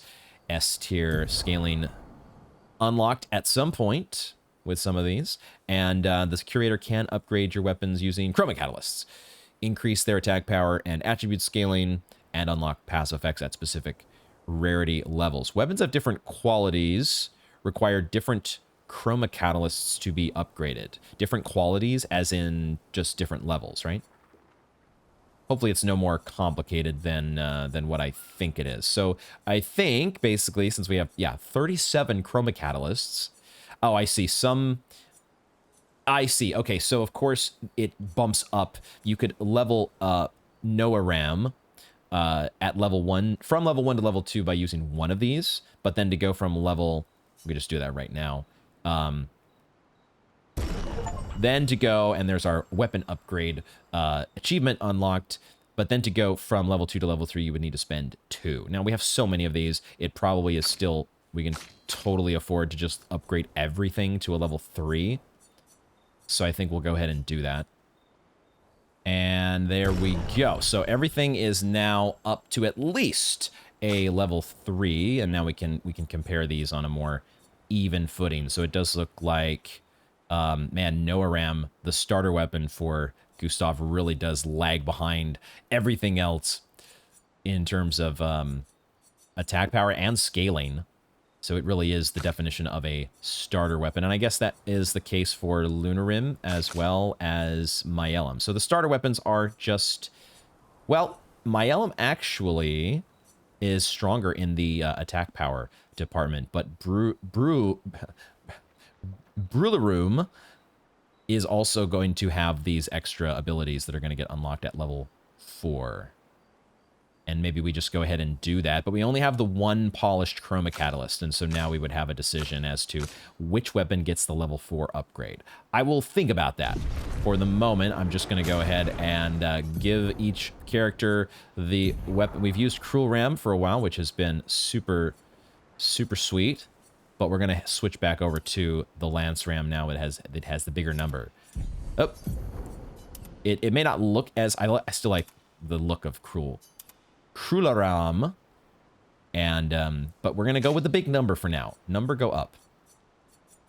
It's still true, but the level 4 weapon, obviously for Lune, has the bigger number. But we can switch back over to Myellum for now. Maybe she's getting some. She is getting some additional scaling from Vitality. So, okay, so cool. We finally have unlocked weapon upgrades and Lumina points. So if I did want to take a moment and think about Pictos and Luminos. Do we pick up a... We've got all our Pictos equipped. We have all our Equiptos that need to be leveled. I guess it's just versatile. That's the last one that we haven't learned the Lumina yet. So now all our Luminas, everyone but one of them has been learnt. This exposing attack, as I think about it, could be one of the more important Luminas that you want maybe everyone to have, so that because right now Mael has it, but it would be great if the others could have it as well, because that allows you, when you're charging up your AP, giving defenseless is with your base attack is pretty dang awesome, because then anybody else can benefit from that. It's different than powerful, because you only give it to yourself. But you're giving... defenseless is like a party buff.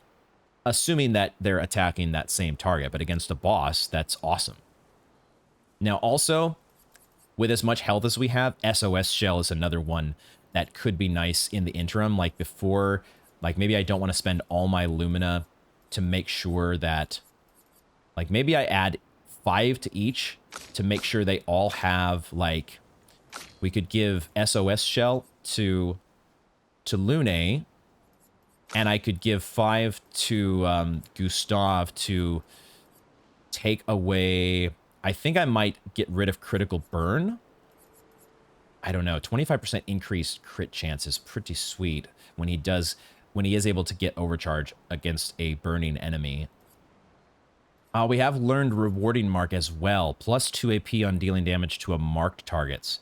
So combining that with marking shots, I did take away marking shots from Gustav. So, man, maybe I do want to give marking shots back and also give Rewarding Mark to everybody. Maybe Mael doesn't need it because she gets so much AP. It's really the other two that kind of, especially Gustav, struggles for AP. So this Rewarding Mark might be what I give to him. I think let's do that. Let's give each character 5. We'll give each character 5 Lumina points. Keep everybody kind of on an even footing on that front. We have 19 of these, so we would be spending a fair amount of our color of Lumina right off the bat. We would have 4 in reserve.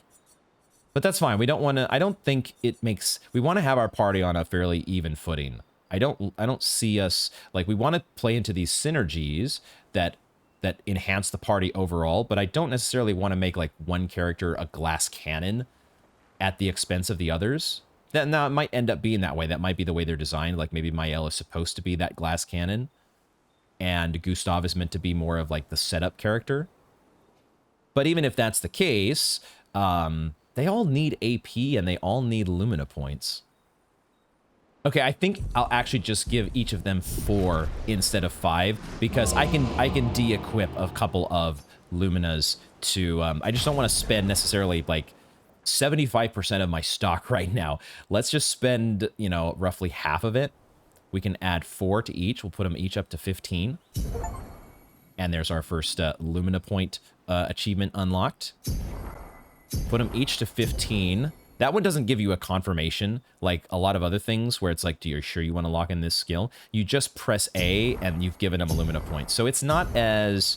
the fact that it's not being as there's not as much of a safeguard there to keep you from upgrading. Probably means that you shouldn't worry about it too much, and because you're going to get a whole bunch more color of Lumina as the game goes on. So now Lumina points have been added, and we will go ahead and for Gustav, what I'm going to do is I'm going to take away staggering attack, but I am going to, I think I'll also take away the augmented counter, and instead we'll give him marking shots plus rewarding mark. Dealing damage to a marked target to get 2 AP, that feels very nice.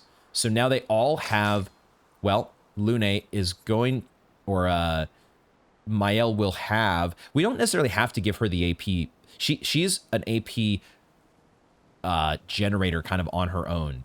Feels like she's an AP battery. So keeping her alive with an SOS shell might be the better way to go. Even though she does apply shell with one of her abilities, that's not always going to be on. So having that as a fallback when the boss or whatever other powerful enemy puts you below 50, I think we'll do the same thing with Lune. Just give our party a little more survivability.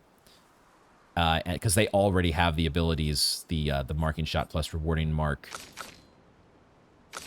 is already there for Lune. So I feel like that is a good Lumina setup for now, and I can continue to min-max that as we go. Okay, weapons have been upgraded, and Luminas have been upgraded. And now, we did pick up our first record, didn't we? On this file. The Nocturne pour un masque de tristesse. Easy for me to say. De tristesse? Let's play it. Maybe I should have been playing it this whole time.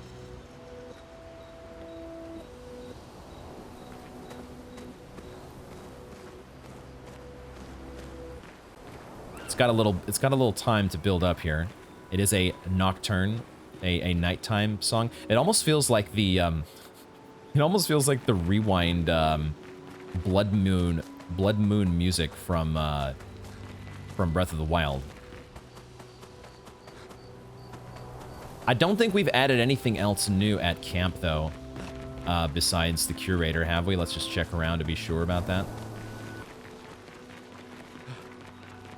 There are several other lamps that are around the area, and then it does feel like eventually there are going to be other merchants and NPCs at those spots, but not for now.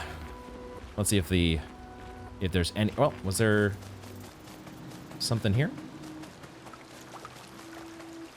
This is the same thing, right?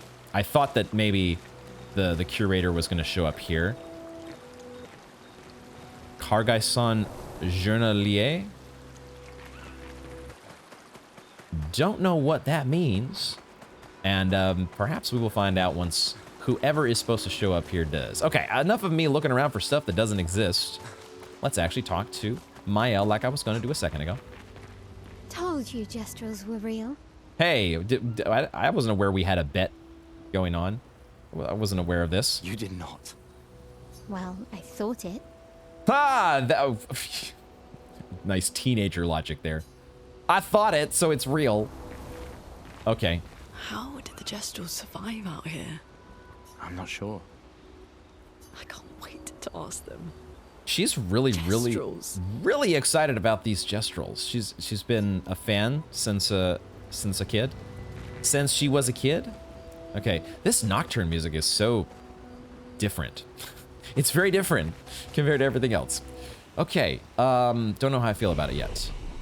Oh, and I forgot, we might have some skills to learn as well?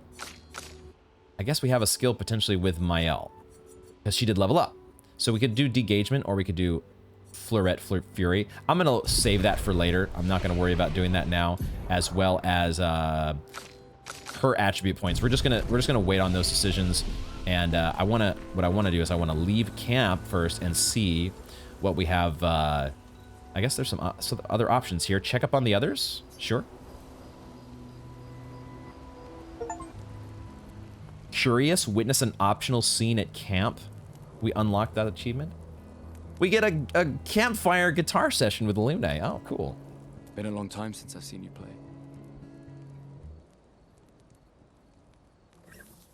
A gestural village. Yeah. She just cannot stop talking about the gestrels. I still can't believe they exist. I mean, what other fairy tales are real? This is ultimately a war of information. There's still too much we don't understand. Where the paintress comes from? Why she does what she does? Who is she? 70 years and we still barely know anything. And the man on the beach? Yeah, too many unknowns. But if we take down the paintress, at least that gives future generations a chance to unravel the mystery. You seem better than before. Yeah, holding it together. Shock's worn off. A bit. We can't bring anyone back. But I thought we can keep their spirit alive by pushing forward. And at least there's 3 of us now. The mission hasn't changed. Tomorrow comes. Tomorrow comes. That was a cool moment. I like it. I also am, I was reminded there that we didn't really talk much about afterward the Miles Nightmare. I'm going to want to review that cutscene eventually, but I think it sure looked like that at first I thought it was Gustav who was in the nightmare, but then I quickly figured out that was a different guy. But then I thought it kind of looks like the old guy with the cane, but a much younger version. And that's what it felt like. It felt like we were somehow looking back in time to a previous expedition. It feels like what we're getting at here is that the guy on the beach is from a previous expedition, but somehow he survived. Or either he survived and has somehow found a way to overcome the effects of the Gamage, or he's actually, like, I don't know, a Nevron or some other creature that has taken on the form of one of these previous expedition members and is using that disguise to their advantage. The element of surprise, being in disguise, intentional rhyme, unintentional. And then there was also another lady, though, in the nightmare, who at first I thought was like an older version of Mael, like she was somehow seeing herself in the future. But then we obviously saw Mael, the way she looks now, as a separate person there. So I thought, oh, well, maybe that other lady is also from that same previous expedition as the old man with the cane. That's my initial thoughts there. Otherwise, there's not much else we can tell from that cutscene. At least until I go back to review it at some point. What's the current objective? Where are we at now? Find the Jestro village. Right. Otherwise, Lune will be so upset with me if we don't do that at some point here. Let's write in the journal. We gotta do more journal entries. Gustav finds a spot where he can be alone. Spend some time writing in his journal. He writes about how the arm they created for him was incredibly useful against water-type Nevrons. He hopes that one day his apprentices will read everything he wrote. The arm that they made for him. We still don't know how he lost his arm, do we? Was it something... Presumably it was as part of an accident? Who knows, though? Maybe he just gave up... He gave up his arm for the cause. He willingly said, you know what? I have a perfectly good arm, but I could do better. Give me that Lumina Tech arm instead. Interested to see if we'll get that story at some point. Okay, time to hit the hay. Let's see where this is going to take us. This is what I'm most interested in, is how are we, if we're going back out to the continent. There it is. And it looks like we are on a completely different part, right? We've kind of exited out to the other side of the flying waters, haven't we? We can zoom in with RT. So if we wanted, what I'd like to do is I'd like to go back to Spring Meadows because I want to fight that other chromatic guy before we get too much more powerful. Maybe we're already too powerful as it is, and that fight is going to be too easy, but I don't want to wait any longer because it's only going to get, we're only going to get more powerful from here. The question is, how do we actually, do we have to run back through flying waters? Or Did Noko tell you anything more about the village, other than red trees everywhere. Noko's not great with specifics. We'll just have to think like Gestrels then. Oh, I don't know if I want to do that. Thinking like a Gestrel. What I'm wondering is, are we going to be able to, based on this map, are we going to be able to run back through the continent somehow to get back to Spring Meadows? Is this actually going to be, I think that's what it is. Yeah, similar. Okay, that's why they did that bridge, isn't it? That little small bridge that was like, why is that a shortcut? That doesn't make sense. We just run around this way. They were setting it up, or they were establishing the principle of a shortcut bridge, because now that we've made it through flying waters, now we get to easily run back around and make it to Spring Meadows. Because otherwise, I was thinking we're gonna have to like run back through flying waters and just avoid enemies, which was going to be a bit of a headache. But now my eyes have been opened, and now we are just quickly running back over here, and the world has connected in a way that it did not before. That there is your actual Dark Souls shortcut. So awesome. Let's see now if I can quickly make it to the correct spot within this place. We need to make it to head back down to the save point. We are going to have to do a little bit of running, I think, to make it around. Although, if we get, you know, if we have to go into battle with any enemies here, I think we'll be able to handle them now that we are level 11. But I think we're going back to the... it's going to take me a second here to find exactly which of these checkpoints is the one we want. But I want to go back to... Yeah, this is the one. We want to go back to Chromatic Boy. Chromatic Boy is around here somewhere. I just need to remember.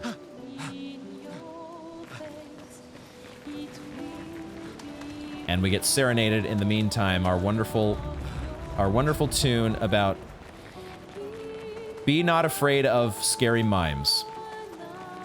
Be not afraid of those scary mimes. I thought we were going to get ambushed by some flying enemies there, but I guess not. Okay, the rematch is finally here. It's dangerous. Yeah, but I think we've taken on, well, let's see. We're going to find out shortly just how powered up we are.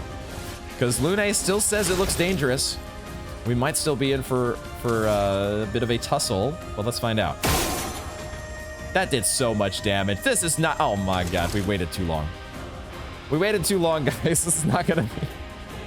Oh, listen to this epic music. God damn, I forgot how good this track is. The music in this game rocks. Let me help. It rocks my socks. Okay, Mark has been applied. So we just go ahead. These guys are weak to ice, are they not? So we just would go ahead and hit them with an ice lance. Ice. Shut. That is their weakness, indeed. And now he's ready to break. He's ready to break already. Bit of a letdown here. Bit of a letdown here on... Okay. All right. There we go. It's fine. You know, this is the nature of an RPG. Your tree sentinel eventually becomes a walk in the park. That's just how it works. It's just, that's how it works. There we go. I couldn't remember if he had a second attack or not. I was like, let's just do dodges. We generate AP with Dodger, so let's just do that. And now we break him. Oh, except I have no freaking AP, goddammit. Shit. Do I, in fact, use an item on myself, then? I think I will. Give me AP. Lune gets to do burn. Nothing matters here, because this enemy is just too weak for us now. So anything I do, anything and everything that I do is going to be totally fine. Everything is going to be fine.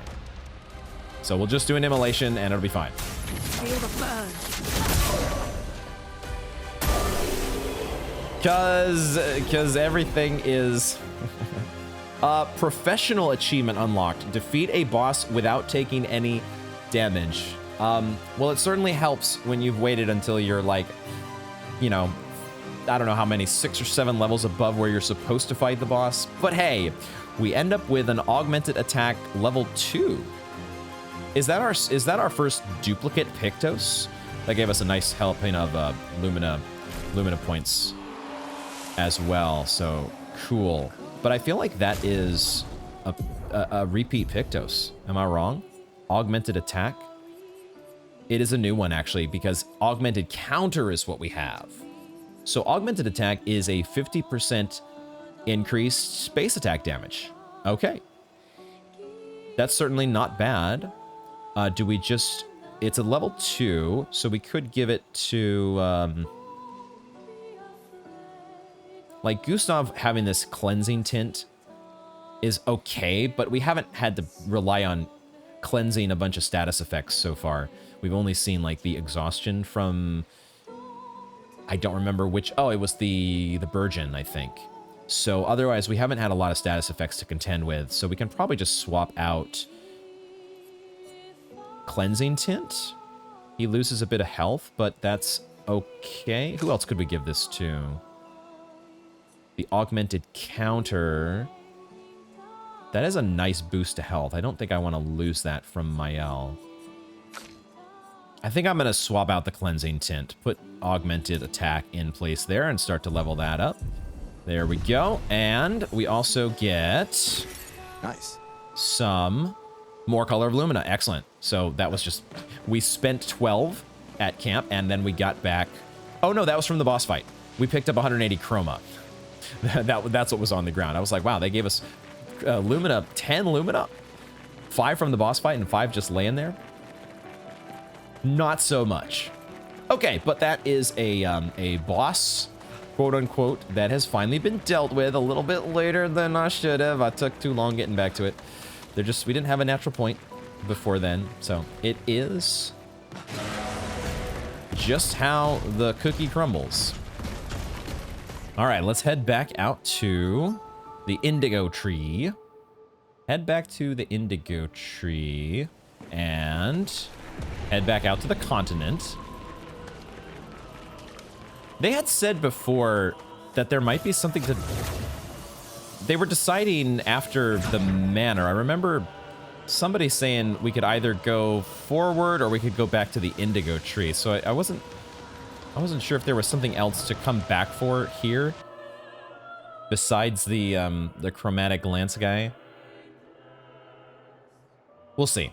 I think the main objective is still, our main objective is still to get to the Gestural camp at the Ancient Sanctuary. But apparently it's in the middle of the Ancient Sanctuary, which does look like it's going to be a whole nother zone. So we'll spend just a little bit of time, though, exploring around the continent here. I just want to look in. We'd had this other zone before that had said danger. Is it also going to say that again, even though we're level 11 now? Is this still considered dangerous? It is. Abyss Cave. I'm curious to go in there. I'm gonna think about maybe we take a step in there just to see what's going on. But now we have this shortcut bridge, which does make things nice. It does make things interesting, and there is a fair bit to explore here. This is where we came from, right? Or no, this is something... Wait, what is this? There's another zone here that kind of looks like Flying Waters. It's got the bubbles coming out of coral and stuff like that. The Small Burgeon. Oh, shit. Is there actually... Can we actually see a Burgeon here? So there's like a whole nother... There's a whole nother water-oriented zone. And then we also have... I keep going to the wrong menu here to do the map. We have these other areas that we haven't even been able to navigate to yet, right? Like, we can see that these are going to be levels, apparently, at some point, but we don't quite know how to get there yet. But we do have the Ancient Sanctuary that is in front of us, as well as a little bit more of the continent that we can now explore, which we will do next time. This is where we're going to wrap up this installment of Expedition 33, and another really, really fun installment. We finally did make it through all the way through Flying Waters. A little bit, you know, longer probably than the average player takes to get through that zone, but that's how we roll here. We take it all in. We savor the experience. There's more Nevrons, though, in every direction to deal with. Oh, there's a... Oh, shit, there's a face there. My cat laser brain gets drawn over here to this little in the distance, and I think I can see a face. It's like a I don't know, like a part dark. It's a yin yang sort of face. Part light, part dark. We'll have to take a closer look at that. I wish I had a telescope as I continue to want to explore and look at all the details here, but this is where we will wrap things up, and we'll figure out exactly where we're going to navigate to here on the continent. We're going to keep exploring around at the very least. Ooh, I see what looks like a gestural oriented icon. That's going to deserve some investigation for sure. When we get around to that, this game is just so dang good. The music in particular is really, really starting to grow on me, and I'm seeing exactly just all these unique boss tracks are so dang good, and I'm just having so much fun. I do want to check out Abyss Cave, though. Maybe we'll start the episode next time with a little bit of that. It says danger. It's telling me not to go there, but there's part of me that says we must explore.